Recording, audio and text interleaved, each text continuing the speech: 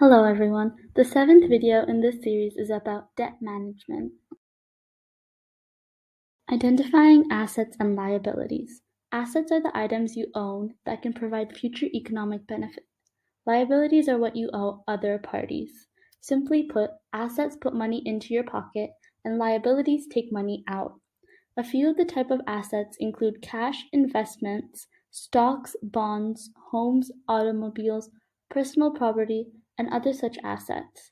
Liabilities include mortgage balance, automobile loans, student loans, personal loans, and the balance on credit card. A person's net worth is defined by the total amount of assets minus the total amount of liabilities. In order to get a loan, you need to first check your credit score, which is available for free annually from major credit agencies. A higher credit score will enable you to get a lower interest rate on the loan. Next, you need to check your budget in order to make sure you can pay the monthly payments to pay off the loan and the interest. Some loans require collateral before they are given. This protects the company or person giving the loan to make sure you pay the amount due. You need to evaluate the value of the collateral and then shop for the best loan. There are several sites such as bankrate.com that allow you to compare the rates from various providers.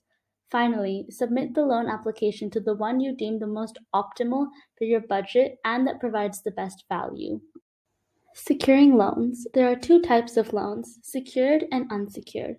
In a secured loan, you need to provide a collateral which can guarantee that you will pay the loan. If the loan isn't paid, the provider can seize the collateral till it is paid. Secured loans typically have a lower interest rate as they have the backing of the collateral.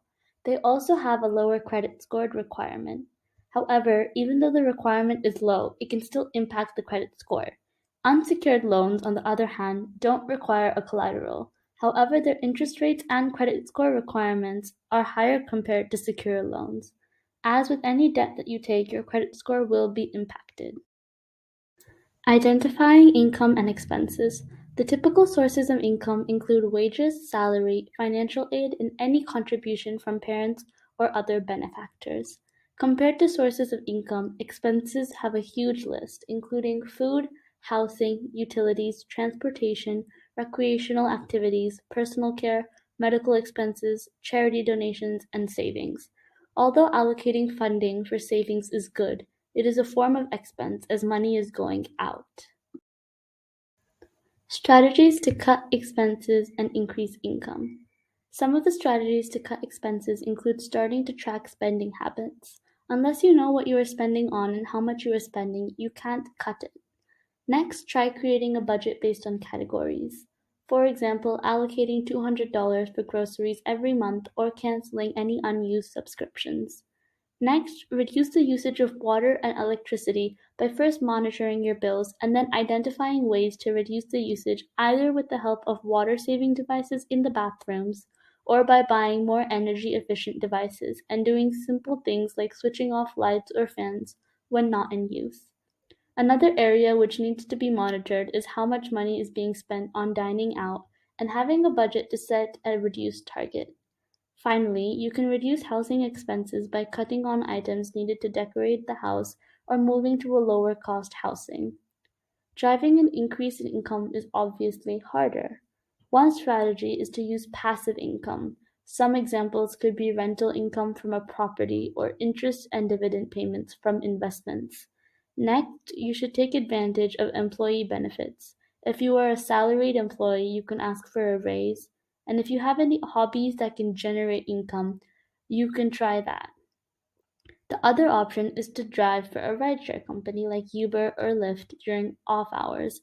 You can dictate your terms on how much time you will drive so that it does not impact your day job. Finally, you can sell used items online. This not only generates income, but also is a great way to donate. Avoiding money drainers. It is good to keep a watch on money drainers. These are a few of the more common ones. Number one is shopping for pleasure. Some people have the habit of going to a mall to pass time and end up getting items they don't need, or some people splurge money in the name of retail therapy. The second one is canceling unused or unnecessary subscriptions. Many people end up having a high interest rate on credit cards due to not paying the full balance every month. Number three, predatory lending. Predatory lending is a lending practice that imposes unfair and abusive loan terms on borrowers. Some may take collateral and then lend you money, but the interest rate will be incredibly high. Number 4. Keeping up with the Joneses. It simply means that it can be money draining to keep spending money just to keep up with others' spendings. Finally, house maintenance. Doing house maintenance regularly is incredibly important. For example, if you don't take care of a leak or a rot, it can grow and become very expensive to fix. Budgeting for house maintenance every month to keep the house in good shape is necessary. Thank you for watching, and I hope this has been an informative video. In the description box below there is a link for a Quizlet which will help test you on debt management. Comment down below if you have any suggestions or questions, and click the like and subscribe button. See you next time.